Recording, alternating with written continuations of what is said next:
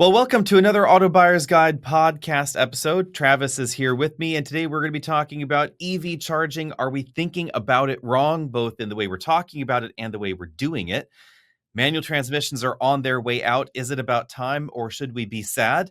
Is there a replacement for displacement? And, of course, is a plug-in hybrid right for you? Is this the right time for plug-in hybrids to shine? If you're looking for a new or used car to buy, maybe a truck or SUV or all-electric ride, we're the guys to help you decide. Here on the Auto Buyer's Guide. So Alex, I was looking through our comments on one of our most recent videos, which is about charging curves, which is something that's not always understood and also not as easy to measure car to car. And the question here is, what's the right way to measure car charging? And the challenge here is that there isn't really a right way. And here's where I'm thinking is that when manufacturers have to give us a number, right? Just like anything, they have to give us a number. It has to be some form of standard. And right now, that standard is about battery percentage. How long does it take to get from 10 or 20 up to 80%? And as most people know, that's going to be the fastest charging of these vehicles to get the most significant, mileage. But the problem is every single vehicle has a different size battery and they all have different efficiencies. So if I say, what's the 10 to 80% in my Tesla, and I'm making up numbers, but let's say it's 24 minutes. And then I say, but in the Silverado, it's 10 to 80% is 42 minutes. And you go, oh my gosh, that's so much worse. And there's so much left on the table because that Silverado has almost double the mileage of my Tesla. So in that same range, we're going a different direction. But at the same time, the same amount of energy in theory, let's say they have the same charging speeds, the same 50 kilowatts, pick a number, 50 kilowatts, 100 kilowatts over 10 minutes of time, give me the same amount of energy between the two. They're going to do something drastically different with that energy.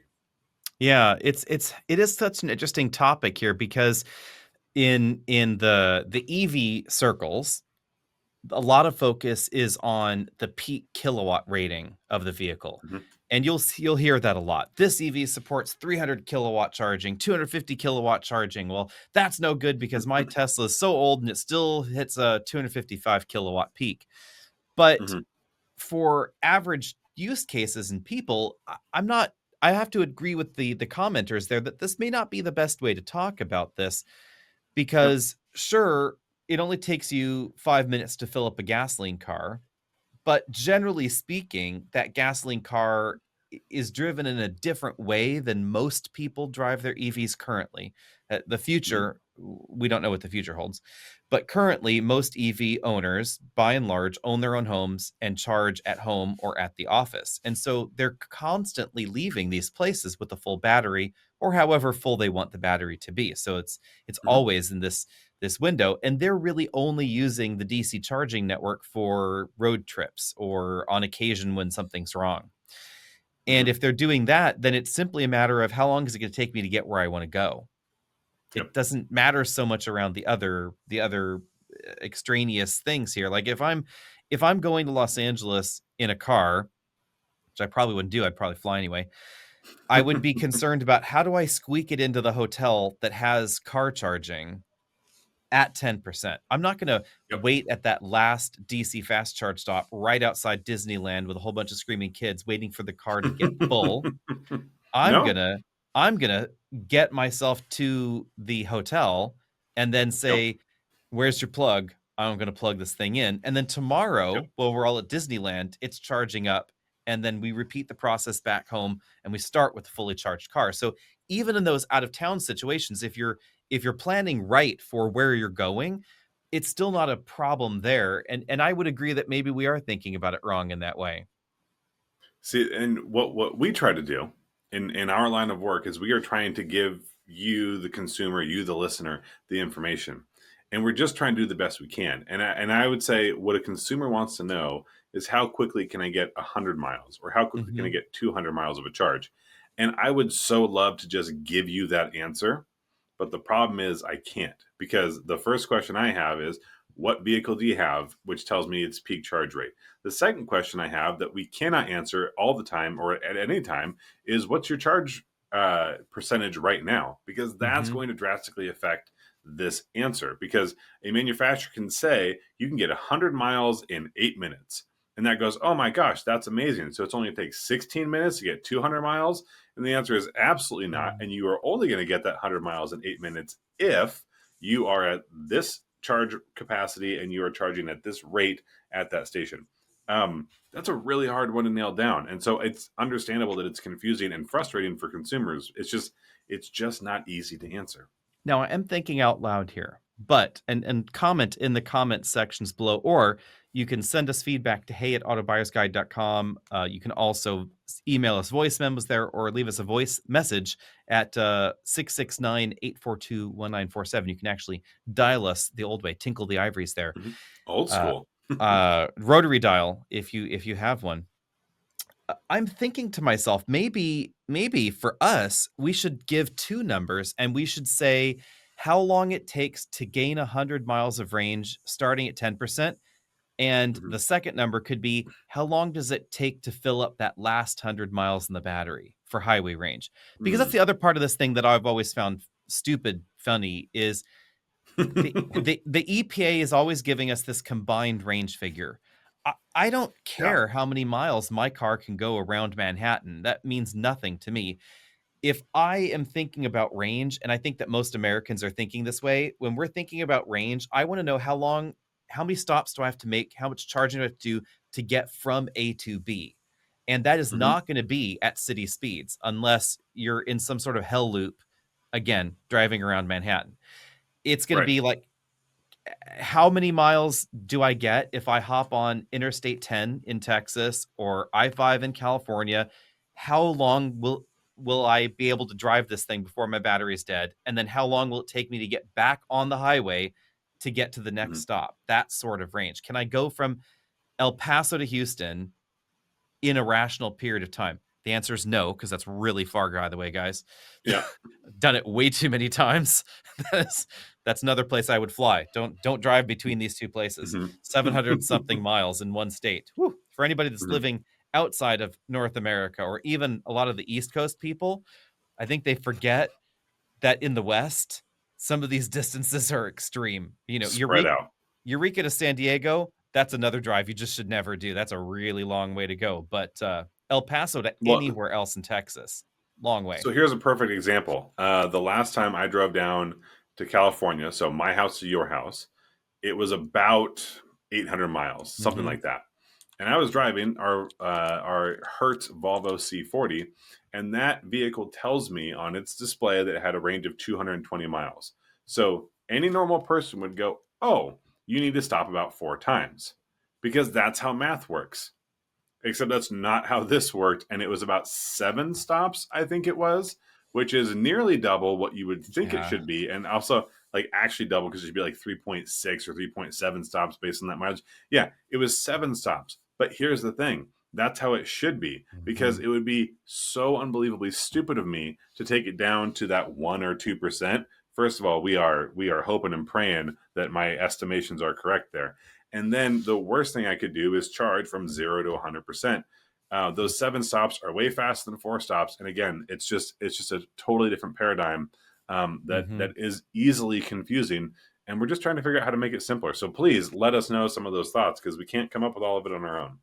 So I have a multi-step plan for the EPA for Okay. fixing this.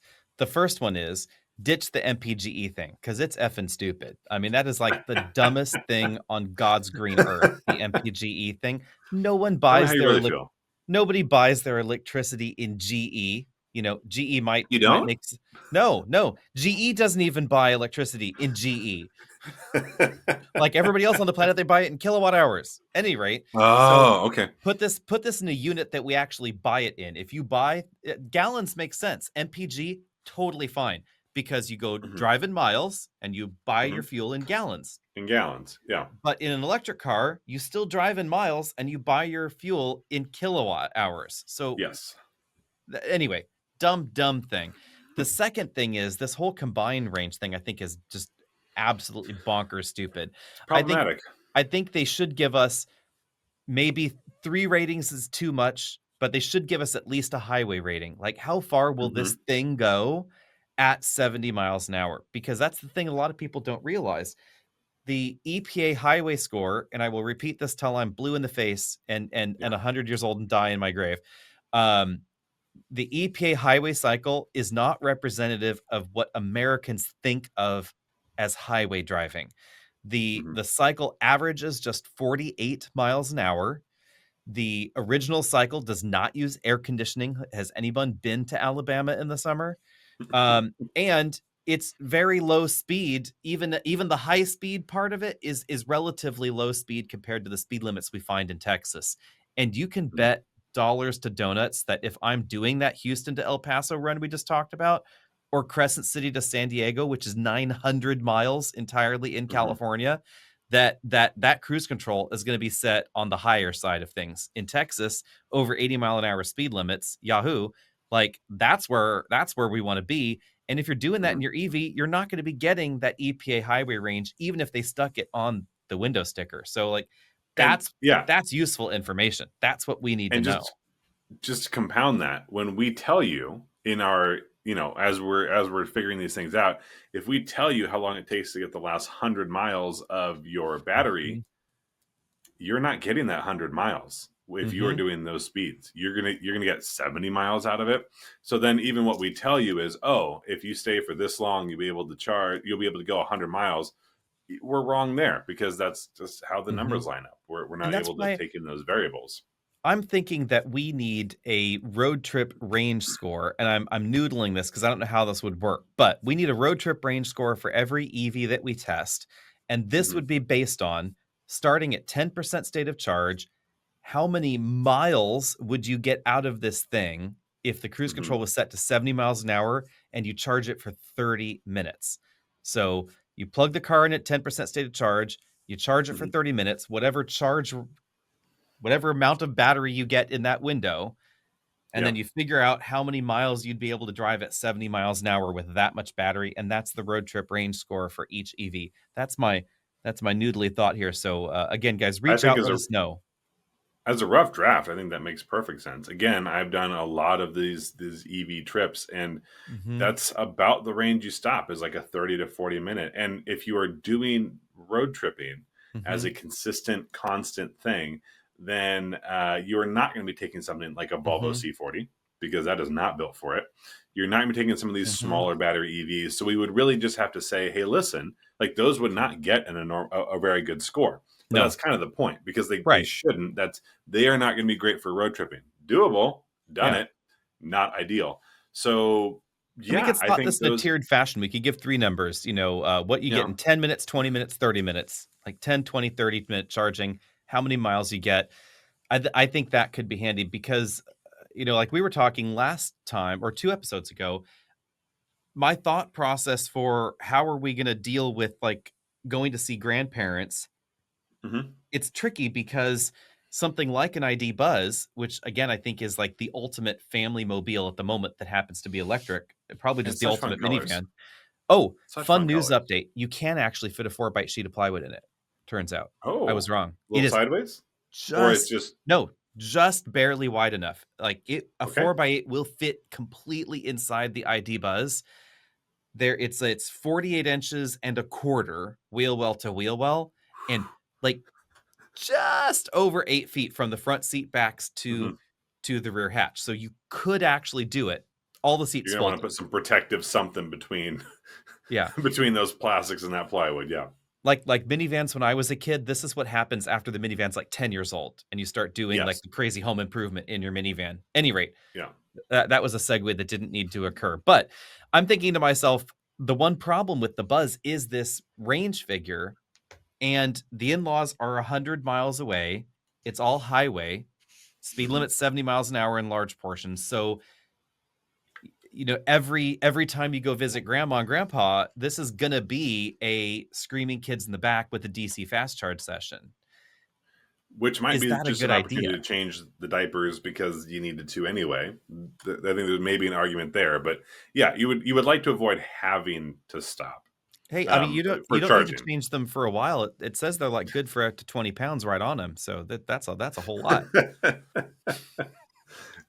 The screaming subsides, I think. I'm not an expert here, but I think the screaming subsides when the change occurs. So you would like to not have to have a built-in stop, even if you might stop. I think that I follow your logic there. I just I thinking out think the there box. could also be some creative solutions to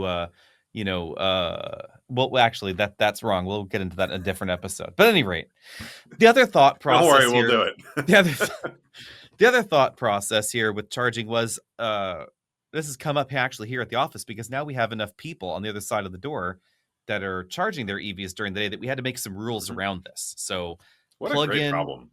plug Love it. in as soon as you get to the office.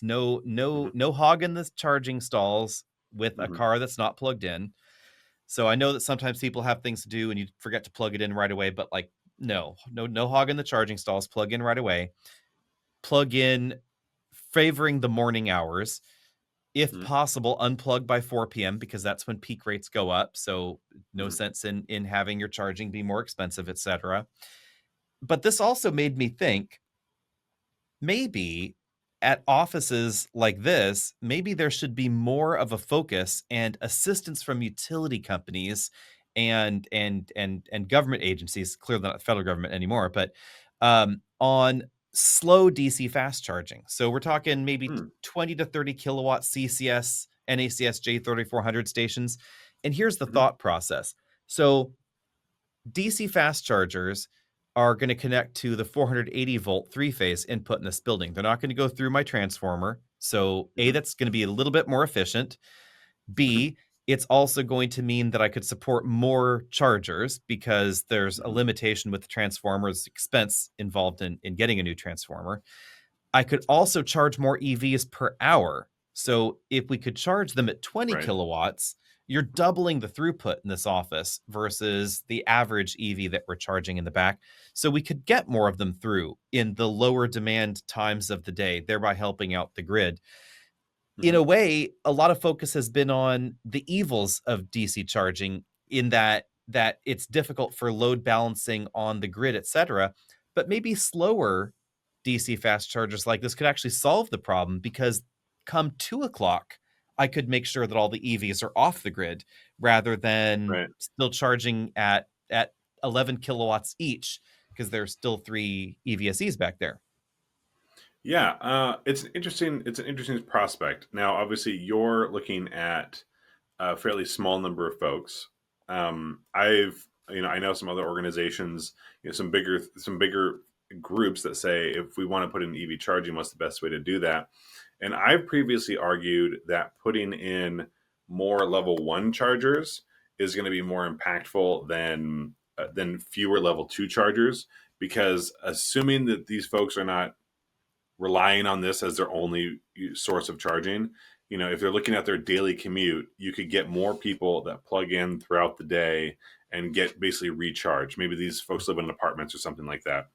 But what you're saying is if you're going to go level two, why not go DC? Mhm. Um, I do think at scale, obviously, we're looking at a higher draw from the grid because we are pushing some more power out to these vehicles. But we could also set timers. So you could come to the office, get plugged in, and those chargers are going to be active between 10 and 2. Mhm. And you're still going to get a more electricity out of that. And then as you scale up, you're also looking at less loss, which on a one-to-one isn't as important as you scale up. Less loss is Mhm. beneficial. And as long as you keep it low, right? Like you said, 20 kilowatts, maybe something like that. That's going to be basically Mhm. double what a lot of level two chargers are if they are peaking at that 48 amps. I don't see any problem with it. It See, seems here's like a great way to go. Here's my argument for not doing level 1 specifically. Okay. Uh, kind of a combined one. There are although you could theoretically deliver about 1.4 to 1.8 kilowatts through a level 1 charger, depending on the design. Mhm. Generally speaking, level 1 charging is the least efficient Right. for most vehicles. There are a variety of conspiring factors here. There's the inherent design of the onboard charger, but there's also the reality that generally speaking, coolant pumps and things like that are going to be on during a charge cycle. So they're just Yeah. consuming a larger portion of what you're putting in. If you're only putting in 1,000 watts into the vehicle, for instance, and just numbers out of the hat here, say the cooling system on board consumed 200 watts to run the fan and the coolant pump and the whatever, right? Then, and that is consistent across charging, then you're consuming 20% of your power if you're charging at 1,000 watts. But if you could charge at 10,000 watts, still only consuming 200 watts. So Right. the total consumption is lower because the charging time is lower. And the percentage of charging power that's going to that cooling demand is also lower. So there's some converging factors there. But also, I think this is more operating important. time. Right. But I think this is more important too, though, is that some EVs have a weird limit on level 1 charging. And something we noticed here with a GM's EVs, for instance, they default to 8 amps instead of 12 Mhm. amps. And even if Okay. you plug it into a 16 amp 120 volt EVSE, it won't draw more than the 12 amps, because there were the fires once upon a time with the Chevy Volts, the one with the V. And Yep. so as a result, GM went hard in on the low draw 120 Way volt safe charging. than sorry. Yeah. Right. So even though theoretically you could have a 16 amp EVSE on a 20 amp circuit, 120 volts, they're just not a thing. And a lot of EVs really limit the current quite dramatically to either 8 or 12 amps. So there's that as well. But also, Mhm. according to Axios, they have the most recent reporting here on nationwide commutes. The most recent data seems to be that on average in the US, 42 miles a day is the average. If you're commuting from a rural area in America, then the Mhm. average is 60 to 70 miles a day. Kind of funny, actually. I've almost always lived in a more rural or far-reaching suburban area. I think my shortest commute daily was 70 miles a day. My longest Mm. commute was 120 miles a day, 60 miles in each direction. So, I'm definitely in the upper limits of that, but the average is 42. So, importantly, to meet that average charging on a day, you would need to deliver the average EV about 14 kilowatt hours, Right. which would be hard to do at level 1. So I think For a sure. tiny level 2, I think, is a good thing. Also, there's load balancing in office spaces. So since power is typically delivered, if you're a very small place, as single split phase 240, 120, or in a commercial space like this, you're on 3-phase power. But it's going to be easier to balance the loads if you're using 240 or 208 volt power for your EV, Right. especially if your EV could charge at 277 volts. That'd be like fantastic. But Prime, but we're a ways from that. yeah, but I think that's why I think that level 2 might actually be easier. The other thought process I have along with this is, I used to be I've converted my thinking around where we should charge, Mhm. and this is absolutely polar opposite to what you usually hear about charging. Charge at home, charge at night. Right. But when you think about that, when is the green power happening on not in your neck of the woods, because your power is always green. Pretty much. But where's the But green I'm power following you. happening Yep. everywhere else in America? Yeah. During the day. Mm-hmm. And where are Yeah. people during the day? They're at work. Exactly. So I have always thought that if employers, and this is why we do it here, because I had to follow this rabbit hole down. If we think, like the you and I is we, this Mhm. we, and the we's on the Yep. other side of that wall behind me, Mhm. think that we should be driving vehicles powered by renewable energy, then the only time that we should logically be doing this is during the day. Because yes, you Right. can get renewable energy at night. You can charge batteries. I mean, I'm not that far away from the world's largest and the world's second largest battery bank, one of which just recently caught on fire. Different topic for a different day. But I'm very close to the largest stationary battery systems in the world. Yeah. And it is true that they deliver a lot of power at night, but then we have efficiency to worry about. So you're generating your solar somewhere, you're stuffing in this battery.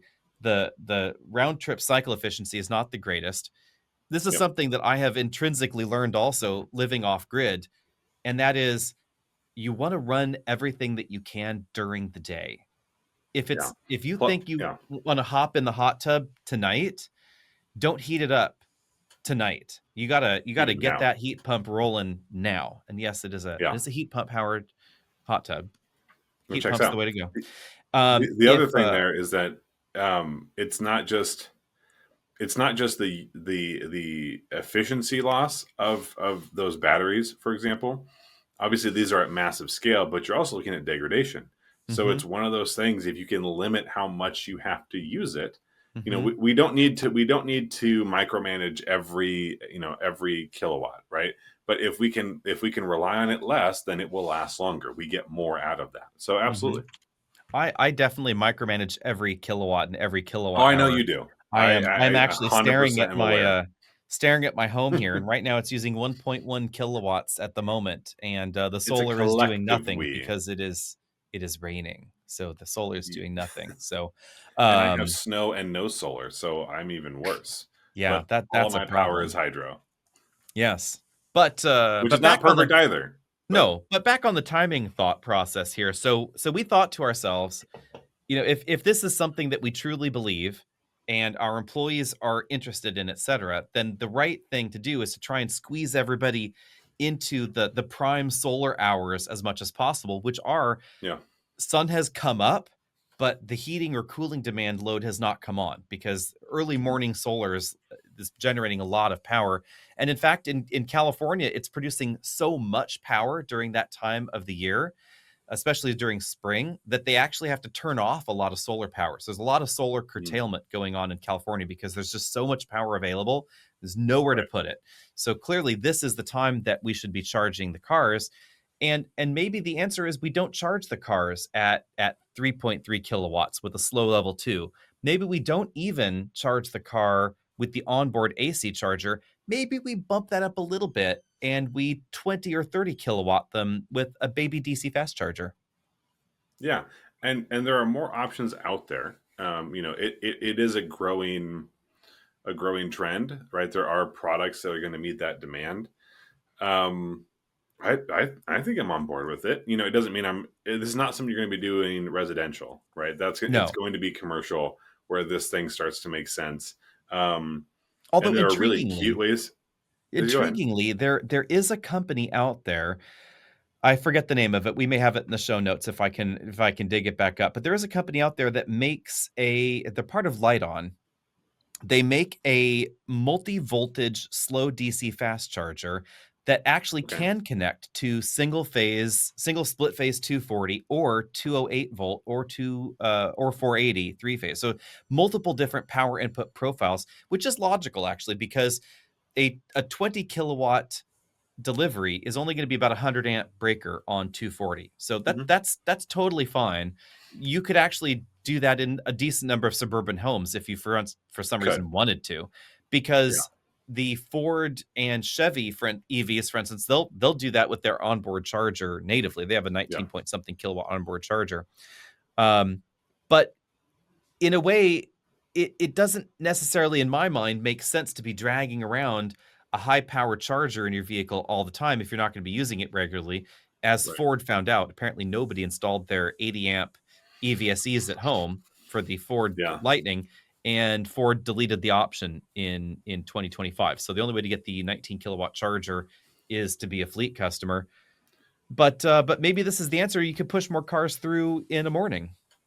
I don't think I'm terribly surprised that they dropped that option. The other thing that I would add is that they I think the fear or the understanding or the overall projections for battery degradation or degradation impact by DC charging is almost non-existent when we're Hmm. talking about something so slow as 20 kilowatts. So Yes. it's the more you use the battery, and use is draw from, add to, and at Mhm. what rates. Yes, we're going to have higher degradation, but we're already seeing a lot less than I think people were worried about, or being conservative on Mhm. their projections.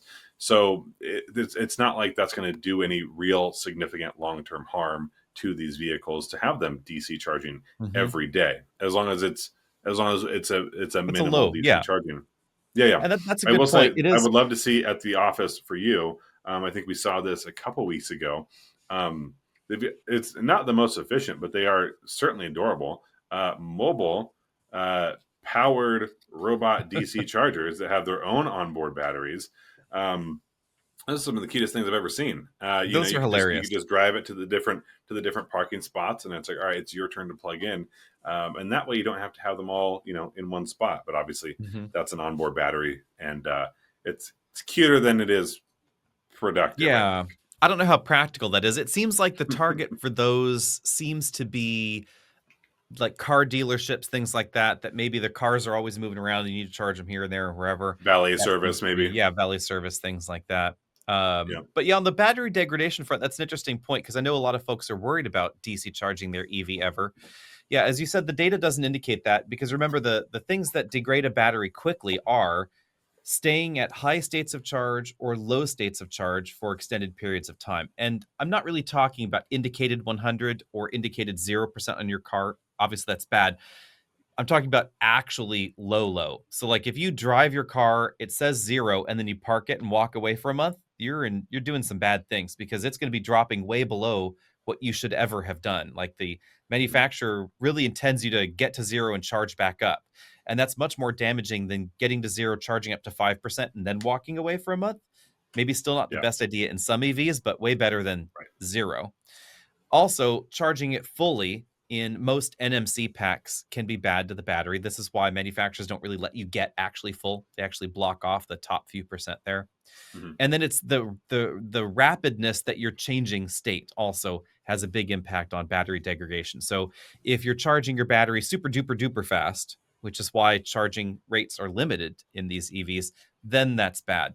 But if we're taking a look at even a relatively slow charging EV, something like a Kia Niro EV that's currently on sale, charging like 80 kilowatts maximum. I forget the exact number, but somewhere around there.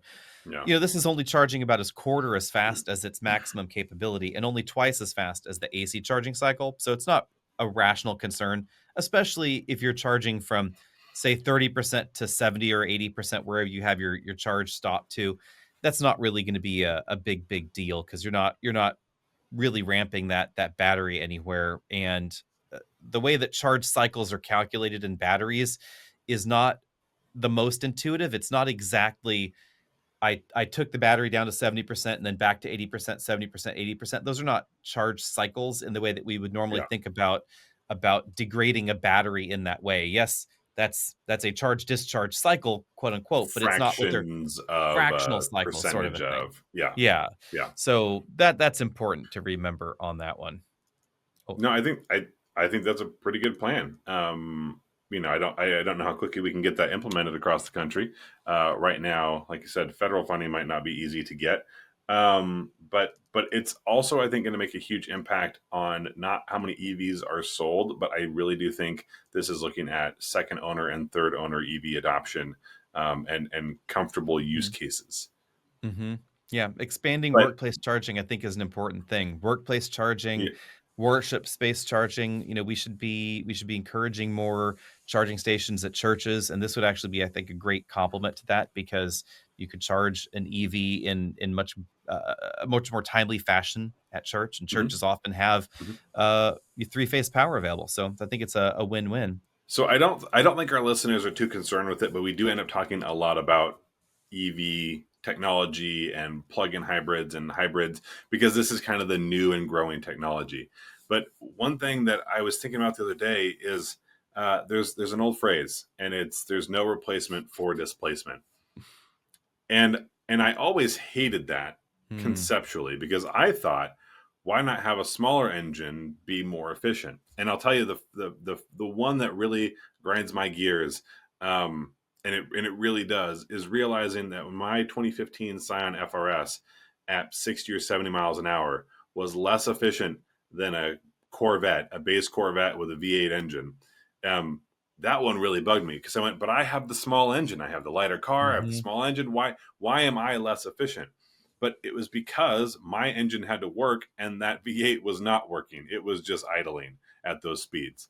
So we're in a world now where engines are getting smaller. They're getting forced induction. They're getting hybridized. We get performance vehicles that are getting electrified in some fashion. Some of them are just hybridized. Some of them are plug-in hybrid options. Hmm. Um, I think I was almost a bit surprised. The ZR1 was released here pretty recently, the latest, fastest Corvette available. And I was surprised that there was no mention of electrification in any way, shape, or form. It's 5.5 liter twin turbo V8, I think it is, pushing out crazy numbers, but there is already an electrified Corvette in the E-Ray. So Yes. are we at a point where displacement has a replacement and it's electrification or forced induction? Are those days of the big Mm. block just gone behind us? You know, I fall on both sides of this. I would argue that there's long been an acceptable replacement for displacement, or many acceptable Mm. replacements for displacement. But then I also own a 6.4 liter Hemi, so I'm talking sideways out of myself here, I guess. But and I think that 6.4 liter Hemi might be the best engine I have ever owned. I love all things about it, but I also have to admit that that Mercedes bonkers AMG that we had that was nearly 700 horsepower out of 2 liters and 4 cylinders also is pretty Uh-huh. darn crazy. And to say that that is not in some respect better than a lot of the AMGs that came before it is just crazy talk, because that thing was Mhm. wicked fast. And there are Yeah. things that you can do with motors, with turbos, with superchargers that you just can't do without them. And Yeah. fuel And economy is certainly one of those things, because the Durango is many things. It is not efficient. no. So in my driveway, and I meant to look up the numbers beforehand, but I think they're close. In my driveway, I've got my Tesla Model 3, the base model, so the least performance oriented. And I think the numbers on that are around 270 horsepower, 310 pound feet of torque. And sitting right next to that, I've got my 94 Chevy pickup with the small block V8 in it, so a 350. And I don't think those numbers are better at all. I think I'm in the like low to mid 200 horsepower and mid to high 200 Hmm. pound feet of torque. And let me tell you, efficient that is not. Obviously we've talked about MPGE not being how things go, but if you use that sort of comparison, we're talking about light years ahead. Um, but but there's still a spot for that engine in the world somewhere doing some task. And I Yeah. already mentioned, and it's a small thing, but I already mentioned that Corvette FRS scenario. There was another one where my 96 Honda Passport got in an accident, couldn't drive itself, and it was getting towed by 2001 Chevy Silverado. And that Silverado towing my vehicle was getting better fuel economy than my vehicle did if it was driving itself. There's a Hmm. place and a time for these things, but we have such viable, mainstream, reliable options. These are not turbocharged engines that are blowing in tens of thousands of miles. We can get a four cylinder to do quite a bit these days. Yeah, and there is still no replacement for displacement in some areas, and this is a critical thought, because we manufacturers and designers have not addressed things like engine braking. That's the big thing, and Mhm. that is problematic if you are the rare person that tows on a regular basis, as we've proved though by the popularity of Ford's twin turbo engines in the F-150. A whole lot fewer people think, or a whole lot fewer people actually tow the things that they think they tow. Let's put it that way. Mhm. You talk to pickup truck owners and they think they cross the Continental Divide with a 15,000-pound trailer every day, and they do not. They absolutely do not. And if they did, they would not be buying the things that they buy. But that aside, I will say that an F-150 with the 2.7 liter turbo, or the 3.5 liter turbo, or the hybrid, or the Ram pickup trucks with the new inline six, or the Chevy or the GMC with the 2.7 liter four-cylinder turbo, etc. None of these things can actually control the weight of a 10,000-pound trailer in a steep hill situation. So I live up at 1,100 feet. I go over a 2,200-foot mountain pass every day. On Highway 17, which you've been on, it's not the steepest mountain pass ever created. It's really not. But none of those trucks can keep a 10,000-pound trailer under control at a particular speed with engine braking. But the Durango can, absolutely. I mean, it can slow it way down, because there's so much more engine volume there that engines are just big air pumps. It's pumping a whole lot more air than a 2.7 liter turbo that's really focused on efficiency can. And there's just no way around that we have right now without some sort of turbo exhaust braking that we do not find on modern gasoline vehicles, but we do find on diesels. So, for instance, the one thing I would say that is a solid replacement is GM's excellent 3-liter inline six diesel in their trucks. That's fantastic because that actually can do what I need to do.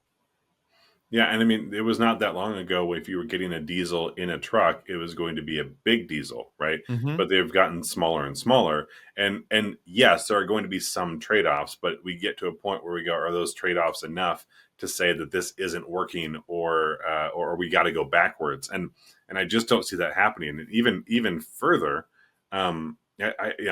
controversial if you're a diehard diesel owner, but I think electric and diesel have a lot of similar qualities.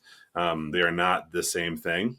But if you want to talk about an engine brake, regenerative braking does quite a bit. And if you've got Hmm. a larger battery vehicle with big regenerative potential, that's one of those scenarios where it's going to be able to do some of that weight management down a hill at whatever speed, because it's able to pull so much back in without, again, relying on your brakes at all. There is a lot of regenerative braking potential, but a lot of manufacturers, actually almost all of them, really do not allow much, interestingly. So if Which is you bizarre to me, but yeah, you're right. Yeah. So in the discussions that I had with Ford and with Rivian on this topic, Rivian was not as forthcoming as Ford, but the Ford engineers basically said that regenerative braking, generally speaking, the efficiency profiles for electric motors are designed to be most efficient when driving along, because that's what they spend most of their Mhm. time doing. And Perfect so sense. regenerative braking, generally speaking, generates more heat in the motor windings and more heat in the battery, logically more heat in the battery because it's the same thing in charging, but Mhm. generates more heat in these critical areas than driving down the road. So more cooling is required, and the cooling is more targeted towards occasional regeneration and Mhm. and regular steady state driving. Those are the cooling profiles. So you may get increased cooling profiles in something like an Ioniq 5N or a Mach E GT Mhm. or performance trucks, etc.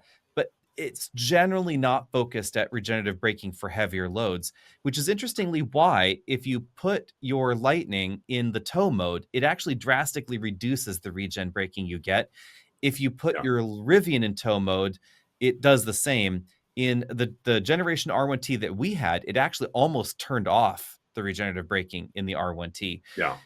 We find something very similar in most of the competition as well, the GM trucks, etc. They really dial the regenerative braking back, which I think is a bit of a pity. I think some of this could also be a consistency feel thing because as your battery drains, you get more and more regenerative braking potential. When it's full, you get very little. So if you start out with your Mhm. trailer and that field changes, maybe that's what they're worried about. But I found that when we had our Lightning, it was better to leave the vehicle in sport mode, so you got the more aggressive throttle liftoff regen Mhm. with the trailer connected than to stick it in tow mode. Tow mode just seemed stupid to me. See, and I think it makes sense that they're going that direction. And again, this is, they won't tell you, but the manufacturers also know what their people do and do not tow. So if you have Mhm. Ford saying, well, we what it sounds to me like is that they have not built the vehicle to focus on towing, all the towing advantages that you would get with something like, obviously not a plug-in for Ford, but like a plug-in Mhm. hybrid with a Mhm. larger battery or a full EV. It just seems to me like this is like a regular vehicle where you get the towing package, which is going to give you a bigger cooler for your transmission, that sort of thing. It seems like not only is it a software profile, but maybe down the road, especially for commercial, there should be a towing package that is able to give this higher cooling, that would Mhm. require or would be required for these specific use cases. So it's absolutely there. It's just whether it's a focus right now or not. But again, it it is an option. It is on the table, and like you said, the answer is don't put it in tow haul mode, and you do still get to maximize some of Yeah. that regeneration, which is a replacement for a big old engine. I would say it's their design philosophy is quite logical, especially when you look at the rest of the F-150 lineup. If you're doing a lot of towing, you're not going to be buying the 2.7 or the 3.5 Oh yeah, necessarily either. yep. Those have a lot of power and they're great for occasional towers. Like if you're a weekend warrior or you once a month you take your camper down. Absolutely fantastic engines. There's a lot of pull. They feel great while towing, etc. But if you are that kind of long distance hauler, you're moving a car trailer around all the time, that sort of thing, there's a reason that that kind of buyer does not end up in turbocharged engines. Yes, over time, there's greater cooling potential in a naturally aspirated engine. That's why we don't find small displacement turbos in heavy duty gasoline trucks or things like that. Find the diesel Yeah. engines, etc. So there are some rational use cases, but there's also the reality that the average truck owner just does not tow that much, and they don't haul that much, which is why trucks have turned into truck-shaped cars with tiny beds and big cabs over the last Family 2 haulers. decades, rather than the single cab that they used to be with a big bed in the back. But And if you something, don't want that, you get an HD. yeah. And even Mhm. though those are skewing a similar direction, they are still going to be more dedicated to the person who says, "I want a truck for truck reasons." Then you want a 2500 Mhm. or a 250 or an HD or whatever you want to call it in your branding. But in addition to talking about things that are dying, in addition to the small cab, big bed manuals are dying. This is kind of an interesting question we've had from some viewers here. Why is it going away? I blame an aging clientele and just the reality that automatic transmissions have become better, because for 2025 or at the end of 2025, depending on the model we're talking about, we're losing Mhm. a ton here. The Mirage, no great loss there, but the Cayman and Boxster, they're being discontinued, and with them, their manual transmission. The 911, Yep. gone for now. Golf R and GTI. Interestingly, the GLI still gets it. So you can get the manual in the Jetta GLI, but not in the Golf GTI. The Okay. regular Jetta is dead. Mini Cooper, DCT only. Forte GT, gone. And the K4 not only doesn't have a GT, it doesn't have a manual. The Manual. Camaro Yep. died at the end of 2024. And the Civic Hatch is not going to get a manual anymore. If you want a manual in your Civic, you have to get SI or R. It's the only ways to do it. And then, of course, we have the Integra left with the manual also. Yeah. And some of those I'm less upset about than others. I think when you look at the Porsche lineup, as much as those are great drivers' cars, which is these days why you get a manual is to be a driver's car. It's not necessarily to save the money. It's not because Mm-hmm. it's more efficient, because it's not. It's to have an engaging drive. But we have seen, especially in luxury vehicles, I think faster than almost anything else, people are saying, "Yeah, I would like my gears to row themselves instead of me rowing them." Mm-hmm. But when you look at models that I looked at when I was looking at my first cars, the what would I love to buy, you get the Civics because you can afford them, but you want to be able to have an engaging driving experience. Could you go from a Golf to a GTI? Then you absolutely wanted that manual transmission. So I'm actually going to double down on your blaming of an aging consumer market. I'm also going to blame those folks for not teaching their children how to drive a stick, because a lot of people these days. I remember I Mm-hmm. taught my friend how to drive stick. His parents hadn't. We were early 20s, so not had been driving for a while, but still, Mm-hmm. once you've been driving automatic, it's a big transition to be able to drive stick. And I've taught a Mm-hmm. couple people who have then gone on to own manual transmissions. Um, but you got to know how to do it, and you got to be Yeah. willing to let somebody maybe roast your clutch in order for that to happen. Yeah, rationally, cost and efficiency have also killed the manual. So in the US, if we go back 25 years to 2000, nearly 20% of cars in America were manuals. I was surprised it was that high, actually, but it started dropping very rapidly, and it's been sub 1% in the US for the last 5 years running. It's not just an American phenomenon, because in 2000, Europe was about 90% manual. And I remember my first rental car in Europe, going to the rental car agency, and I if I'm remembering my dates correctly, I knew how to drive a manual. I wasn't very good at it in like 2002, 2003, something like that. And so I rented a manual because that was all they had, and the automatics were much more expensive. Now in Europe, in the EU, in 2024, it was below 25% in many countries. And I believe block wide in the EU, it's right around 25% manual. It's had a huge, huge drop in that time That's an period. enormous drop off. Yeah. And the drop was really precipitated by automatics being more efficient. So the moment automatics were more efficient on average than manuals, which is basically the case we see now in most modern vehicles where Mhm. both are offered, interest fell through the floor. So now you go to Europe and you check the box like, oh, nope, I want the cheaper car because automatics still carry a little bit of a premium there. It doesn't really matter. You check the box for the manual, you get the manual rate, and it's a sea of automatics. And, it's Right. whatever. And I'm a little Yeah. bit, I'm left a little bit sad and disappointed though. I can understand it for like I said, for a number of reasons. The biggest one is people weren't buying it. If we were Hmm. buying it, then they would build them. I think the other issue, and we've talked about this before, and it's I have to admit it, but I do not want to, is that auto enthusiasts are not the new car buyers, just by and Yeah. large. Because if you Hmm. look at those percentages, the only people screaming for a manual these days are auto enthusiasts. Again, it's about an engaged driving experience, Hmm. not about saving a buck. Saving a buck is great, but that's not why people are focused on it. Because again, now the automatic is and would be just a little bit more expensive, but you get that back in fuel savings. So call it a wash at the very Hmm. least. But if everyone's screaming save the manuals, went and bought a manual, then there would be more manuals. There are also two sort of coinciding factors here with the enthusiast part, which is why I think so many enthusiast vehicles don't have manuals anymore. Manual transmissions and modern power outputs are difficult to really get together. So Yeah, that's fair. the bonkers, supercharged V8 Dodges with manual transmissions, that was dumb. I mean, oh my god. They were very difficult to drive. They demanded respect and dedication in a way that I don't think most enthusiasts would even be able to deliver. The CTS, CT5V and CT4V Blackwings, very similar. Mhm. The Cadillac manual transmission, there's just too much power and too much torque for two wheels to handle this thing in a manual. Sure. And electronic nanny and stability control systems just integrate better if the computer can control the transmission. Because remember, that's all being synced.